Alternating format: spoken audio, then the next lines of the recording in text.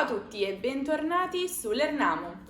In questo video parleremo di un argomento che riguarda la cultura italiana, ma che tutti coloro i quali studiano la lingua italiana dovrebbero conoscere almeno un po'. E cioè vi spiegherò a grandi linee come funziona il sistema politico italiano, cercando di non annoiarvi molto. Siete pronti? Cominciamo subito!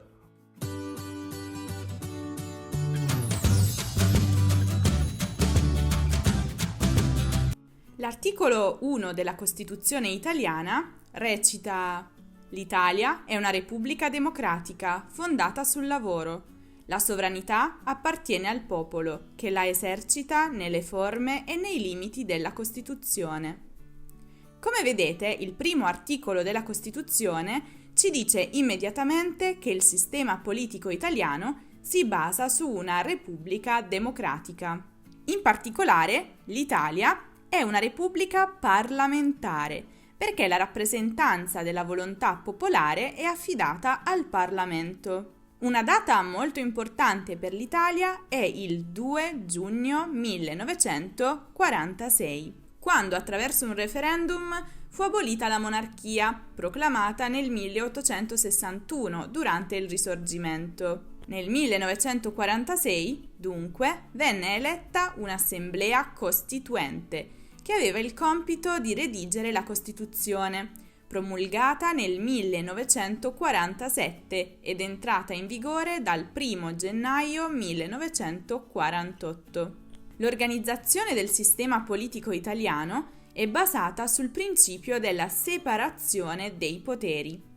Il Parlamento esercita il potere legislativo, il governo esercita il potere esecutivo e infine la magistratura esercita il potere giudiziario. Tra le figure più importanti a livello di politica interna ed estera, ricordiamo due che sicuramente avrete sentito nominare. Il Presidente della Repubblica, anche chiamato Capo di Stato, è la massima carica dello Stato italiano e ne rappresenta l'unità. Attualmente il Presidente della Repubblica è Sergio Mattarella, che ricopre questa carica dal 2015. Il Presidente del Consiglio dei Ministri, anche chiamato Capo del Governo, dal 1 giugno 2018 è Giuseppe Conte, politico, avvocato e docente universitario italiano. La Costituzione italiana. La Costituzione della Repubblica Italiana è la legge fondamentale dello Stato italiano e si compone di 139 articoli e 18 disposizioni transitorie e finali. La Costituzione è la principale fonte del diritto della Repubblica Italiana, ovvero la fonte dalla quale dipendono gerarchicamente tutte le altre norme giuridiche dell'ordinamento dello Stato. Il compito di verificare la costituzionalità, cioè la conformità alla Costituzione delle leggi statali e regionali, anche detto controllo di legittimità costituzionale, è affidato alla Corte Costituzionale, un organo attivo dal 1955, con sede a Roma, a Palazzo della Consulta, in Piazza del Quirinale. Il Parlamento italiano. Il Parlamento della Repubblica Italiana è l'organo costituzionale che esercita il potere legislativo. Secondo il principio del bicameralismo paritario, il Parlamento si suddivide in due camere, la Camera dei Deputati e il Senato della Repubblica, entrambe con gli stessi poteri e le stesse competenze. Secondo la legge elettorale del 2017, il Parlamento è composto da 630 deputati e 315 senatori. Questa situazione è in vigore ancora oggi e lo sarà fino alla fine della 18ª legislatura, iniziata il 23 marzo 2018. A partire dalla 19ª legislatura, però, la situazione cambierà. Quest'anno, infatti, il 20 e 21 settembre 2020, attraverso un referendum costituzionale, gli italiani hanno approvato una riforma costituzionale che prevede la riduzione del numero dei parlamentari da 630 a 400 deputati e da 315 a 200 senatori. Il governo è l'organo che esercita il potere esecutivo.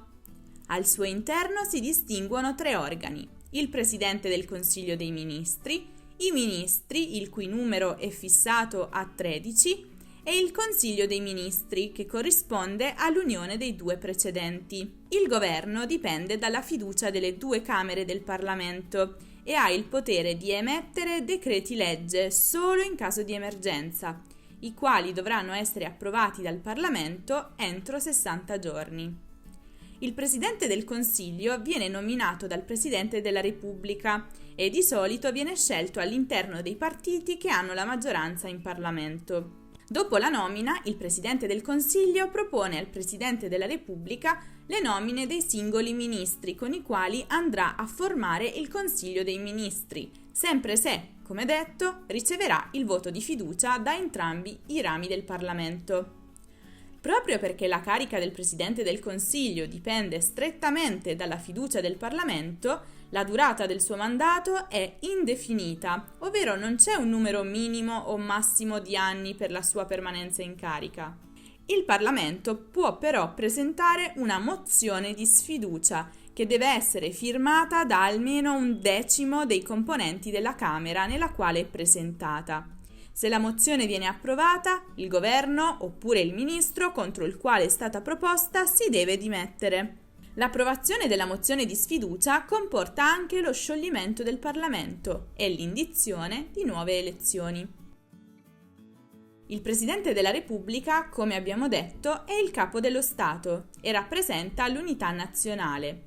È la più alta carica dello Stato ed esercita alcune competenze precedentemente riservate ai re d'Italia. È una sorta di punto d'incontro tra i 3 rami del potere. È colui che nomina l'esecutivo, ovvero il governo, ed è il presidente dell'ordinamento giudiziario. Il Presidente della Repubblica è eletto da un collegio elettorale, composto da entrambi i rami del Parlamento e da 58 rappresentanti regionali. Il suo mandato dura 7 anni. Nonostante non sia affermato esplicitamente dalla legge, il Presidente della Repubblica è rieleggibile, ovvero può essere eletto per più mandati. Giorgio Napolitano, il predecessore di Sergio Mattarella, è stato il primo presidente nella storia italiana ad essere eletto per un secondo mandato nel 2013. Ed eccoci giunti alla fine di questo video, ma adesso ho alcune domande per voi. Vi piace la politica? Che tipo di sistema politico c'è nel vostro paese? Chi è il vostro presidente? Sono davvero molto curiosa di conoscere qualche informazione in più sulla politica del vostro paese. Lasciate tutte le risposte qui sotto nei commenti. Se poi siete davvero molto interessati alla cultura italiana, allora vi consiglio di dare un'occhiata anche al video in cui vi parlo un po' della Seconda Guerra Mondiale. Come sempre trovate il link qui in alto nella card e giù nella descrizione. Infine, non dimenticate di passare dal nostro sito www.olernamo.com, dove troverete tutte le nostre lezioni e gli esercizi per ripassare e fare un po' di pratica con il vostro italiano. Io vi aspetto prestissimo qui su YouTube. Ciao!